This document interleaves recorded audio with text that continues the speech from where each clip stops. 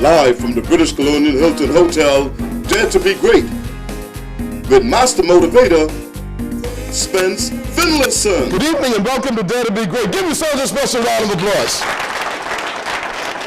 Oh, we've got a great show in store for you tonight. We've got some great people from St. Augustine's College. Give yourselves a round of applause. Yes, big word machine in the house tonight.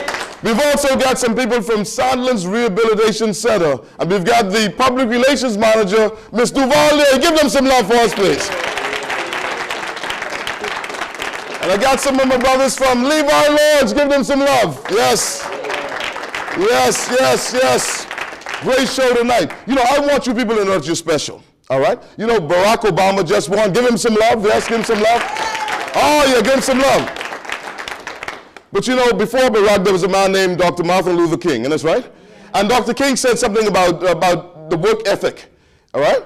He said, if a man or woman is called to be a street sweeper, say, let him sweep streets as Michelangelo painted, or Beethoven composed music, or Shakespeare wrote poetry. So they should sweep streets so well that all the hosts of heaven and earth will pause to say, here live the greatest street sweeper who did his job well. Give yourselves a round.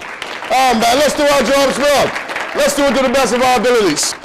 You know, they tell me Bahamians slack off though, you know. They say Bahamians are slackers. Yeah, they say that. People say that. So they come to work late and they want to leave early. But we have to change that paradigm, isn't it, right? Look at someone right now next to you and shake their hand and say, you've got what it takes to make it happen. Shake somebody's hand. Oh, yeah, you've got what it takes to make it happen. Oh, man. Oh, yeah, this is a special group tonight. This is a beautiful group. Give yourselves another round. But I want to talk about lifelong learning tonight. You know, education is an ongoing process. It never ends. What you achieve in this life is directly tied to what you have in your minds. And as a man thinketh, so is he. As he continues to think, so he remains. Let's continue to study. Give yourselves another one. But in today's business climate, no one's job is completely secure. While your specific job may be necessary today, that does not mean it will be necessary tomorrow.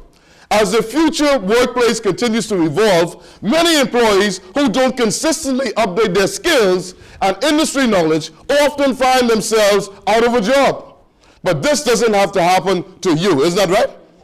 What you could do when you take these steps, understand and anticipate future industry trends that could ultimately change the nature of your job. You take the first step to lifelong learning if you wanted to stay employed, and that's right. You must know what will be expected of you down the road. What skills do you have that will become obsolete? All the knowledge we have today represent only 1% of the knowledge that will be available in 2050. Think about that. All the knowledge that we have today will represent only 1% of the knowledge that will be available in the year 2050. So we can never stop learning. And that's right. We can never stop learning. There'll always be more to know. As a matter of fact, there's much more land to be possessed. And the more you know, the better chance of you staying employed.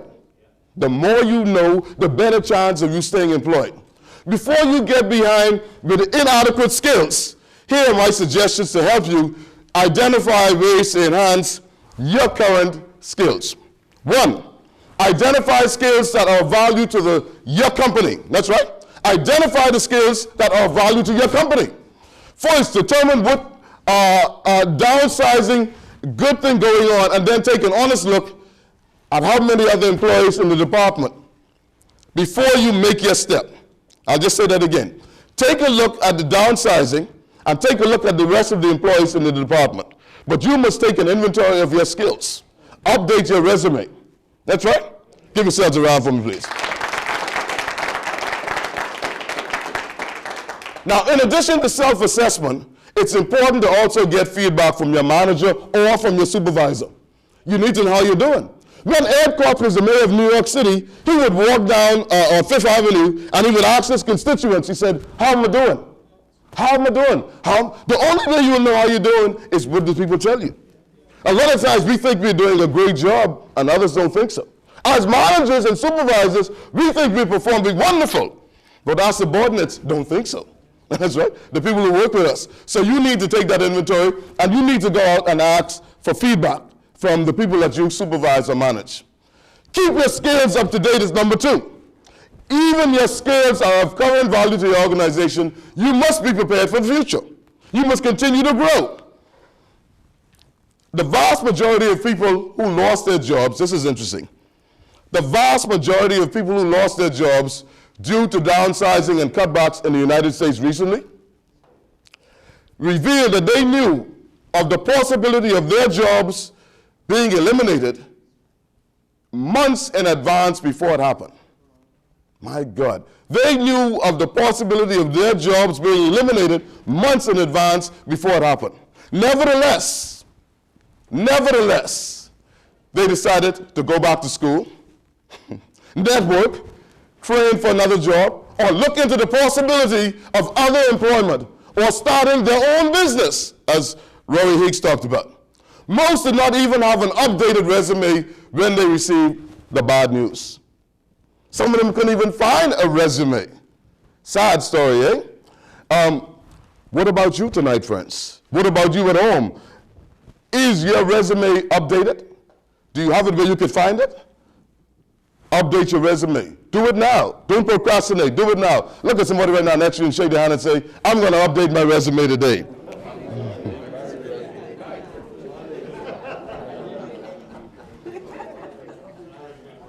The third thing we want to do is to find a mentor, someone who can mentor you. Learn from a pro. A mentor is a wise and trusted teacher or a guide who can help to ensure your future employability. That's right.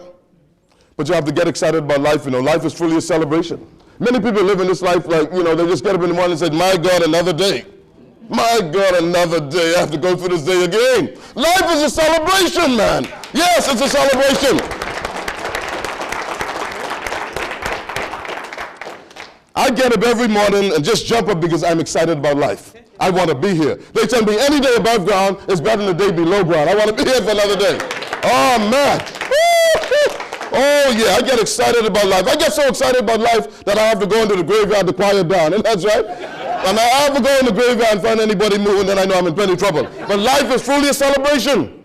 People ask me how I'm doing, and I tell them I'm in top shape and getting better. Because there's power in the spoken word, and that's right. Because once I say that, I have to live like that for the rest of the day. And that's right. And people say, but Spence, is every day really a good day for you? And I tell them yes. Because if you don't believe every day is a good day, then you try missing one of these days and you'll see what happens. Come on, give yourselves a round, man. Oh, man, I don't have bad days. Every day that I get from God is a good day, because this is the day the Lord had made. I will rejoice and be glad in that, man. Come on. Oh, man. But you know, we've only come this far by faith, leaning on the Lord, trusting in His holy word. And that's right. And He never failed us yet. Huh? He never failed us yet. And we've come from far, you know. You know what the situation we're going through right now in this country? We'll be able to bounce back from this. We all need to be able to bounce back from adversity. And someone once said that adversity is that particular something that introduces a man to himself. And that's right. When we're faced with adverse conditions, we know who our friends are. Yeah? And that's right, Rory. When things stop coming in, the phones stop ringing, the invitations stop coming. You're basically on your own. That's right. Yeah. Look at someone right now next to you and shake their hand and say, whatever you're seeking, it's also seeking you. Shake someone's hand. Oh, man. Yeah, it's coming in your direction. Oh, it's coming in your direction. It's coming for you, man. It's coming in your direction. You know, it's coming in your direction. I just want to leave you with this quote from Rudyard Kipling. And it's called If. And I'm sure most of you know this, right? I'm going to share this tonight, If. And it's a powerful one. And it simply says, if you can keep your head when all about you are losing theirs and blending it on you, if you can trust yourself when all men doubt you, but make allowance for their doubting too. If you can wait and not be tired by waiting or being lied about, don't deal in lies or being hated. Don't give way to hating, and yet don't look too good nor talk too wise. If you can dream and not make dreams your master, if you can think and not make thoughts your aim, if you can meet with triumph and disaster and treat those two impostors just the same, if you can bear to hear the truth you've spoken, twisted by knaves to make a trap for fools, or watch the things you gave your life to broken and stoop and build them up without worn tools, if you can make one heap of all your winnings and risk it on the turn of a pitch and toss, and lose and start again at your beginnings, and never breathe a word about your loss.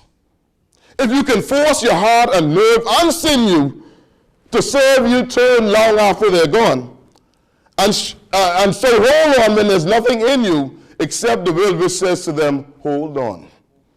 If you can talk with crowds and keep your virtue, or walk with kings, nor lose the common touch. If neither foes nor loving friends can hurt you, if all men count with you, but none too much, if you can fill the unforgiving minute with 60 seconds worth of distance run, yours is the earth and everything that's in it. And which is more, you'll be a man, my son. Rudyard Kipling, yes. If.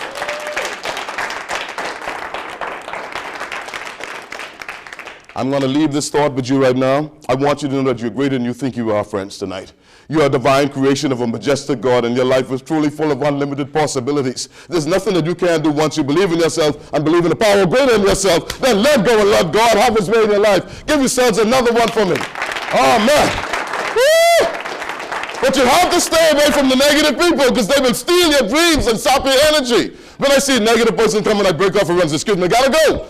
Yeah, because they weigh you down. They give you all the sorry stuff, and that's right. You have to stick with the winners, you know. See, winners make it happen, but losers let it happen. And you people are winners because you're here tonight. Give yourselves another one. I want to send a shout out right now as I close this segment to a great man, Dion Strawn, who was a manager at the Atlantis Hotel, and he was also the chairman of the Nassau Flight Services. Dion informed me that he watched my show every Sunday, every Tuesday night and every Sunday night. Dion is home now, sick, but Dion, this is for you tonight. Give Dion Strawn some love. Great man. I also like to send a shout out tonight to a great Baptist preacher in North Andros who called me and says, Brother Finlayson, I watch your show every time it comes on. Reverend Eiffel Russell, a manager at the new BTC in North Andros, and also a reverend at the church in North Andros. Give Reverend Eiffel some love. Oh man, as I go from here today, we have a great lineup coming. First of all, we will have the Honorable Fred Mitchell, who will share with us. He was from the class of 1970 at St. Augustine's College. Following him would be Mr. Rory Higgs from the class of 1974. And rounding it out would be Alpheus Finlayson from the class of 1966, the Big Red Machine. Stay tuned. God bless you. We will be right back after these messages. Virgo Car Rental, there's only one number to remember, $49.99. Choose from compact or mid-sized cars, and they're all just $49.99. And passenger vans that are $69.99. Also, with daily, weekly, and monthly rates available, you can enjoy even more savings. Visit us at any one of our convenient locations or enjoy our courtesy shuttle pickup and drop-off service to all hotels and airports. Virgo Car Rental. It's where you drive the best for less. My guest this evening is the Honorable Fred Mitchell, Member of Parliament for the Fox Hills constituency and the former Minister of Foreign Affairs in the Christie administration. Welcome to Dare to Be Great, Mr. Mitchell. Great, good to be here. Good to have you here. How did your early education at St. Augustine's College prepare you for your career today? I was led there by a man named Dawson Conliffe, who was my headmaster at the Easton Junior School, which is now called Palmdale Primary.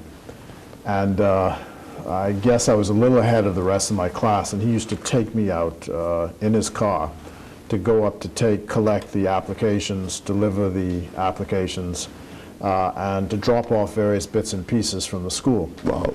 I happened to walk in the first or second day he dropped me up there to drop one of these things off, and I ran into a man named Bonaventure Dean. Oh, yes. Who I didn't know at the time, but later turned out to be the Dean of Men of the school. Yes. And then became the principal. And he and I became fast friends from the day I walked in. So I was handed off from Dawson Conliffe, who was the headmaster of my primary school. Over to Father Bonaventure. Great relationship with him, and then over to Father Bonaventure. Wow. Now, Mr. Mitchell, you definitely have a passion for politics. Where did this passion begin for you for politics? I'm not sure. I think none of my parents were actually involved in frontline politics, but Sammy Isaacs, who was one of the first members of parliament for the PLP in 1956, was a first cousin. And my grandaunt, Dame Alberta Isaacs, was amongst the early members of the women's branch of the Progressive Liberal Party. Okay. So there's a history of activism, and my mother, of course, was very active in civic affairs, and I think that's where it comes from. From the early days. Yeah. Now, you are generally considered to be an intellectual heavyweight in this country. What would you say are your greatest leadership skills? Well, I hope it's to be able to stand up against the tide when it's necessary to do so. I consider myself fearless in that regard. I do not stick my finger in the wind and determine which way the wind is blowing and then seek to be that. I think there's some immutable principles. Yes. There's a line in the sand that you have to draw about where you're going, and that's me. Now, I want to share a quote with you right now from Machiavelli that you may be very familiar with. I'm just going to pause with this one. He says, "There is nothing more difficult to take in hand, more perilous to conduct, or more uncertain in its success than to take the lead." Having said that, you are now positioning yourself as a change agent in local party politics. Are the people receptive to this proposed change? Well, I was quite surprised that a minister of the government, who is otherwise known for his sort of jocularity, got up and adopted the program or the point that I put forward that the country ought to commit itself to becoming a developed country in 2020. And I think it's excited people who have seen it. I launched it on Facebook on the 1st of January of this year. And I'm trying to get the Young Liberals, which is the junior arm of our party, to get a sense of mission about where they want to take the country and how they want to develop their leadership skills. So I would say, to the extent that it's known, it's been quite receptive. That's you know, with great testicular fortitude, you have announced that you would like to become the leader of the Progressive Liberal Party. How successful do you think you would be? Well, it's a 50-50 proposition. You can either be it or you can't be it. It's not very difficult. Okay. Just tying into that, you know, it has been a generally accepted view that the late Sir Lyndon Pinling, with great courage and personal conviction, quote unquote, took the leadership of the PLP from H.M. Taylor, Cyril Stevenson, and William Cartwright. Right. Why are so many of the PLPs with leadership with leadership yearnings remain so quiet on the forefront today? You've probably been the only one who's really come out to say what you want. There's a certain orthodoxy which developed, I think, during the Pinling years, that if you moved in a certain direction, there'd be a particular response. And I think people forgot what Frederick Douglass said, which is that power concedes nothing without a demand. And that's a mantra that I've been trying to get people to understand, that there's nothing wrong at all. The country needs to know who its alternative leaders or possible leaders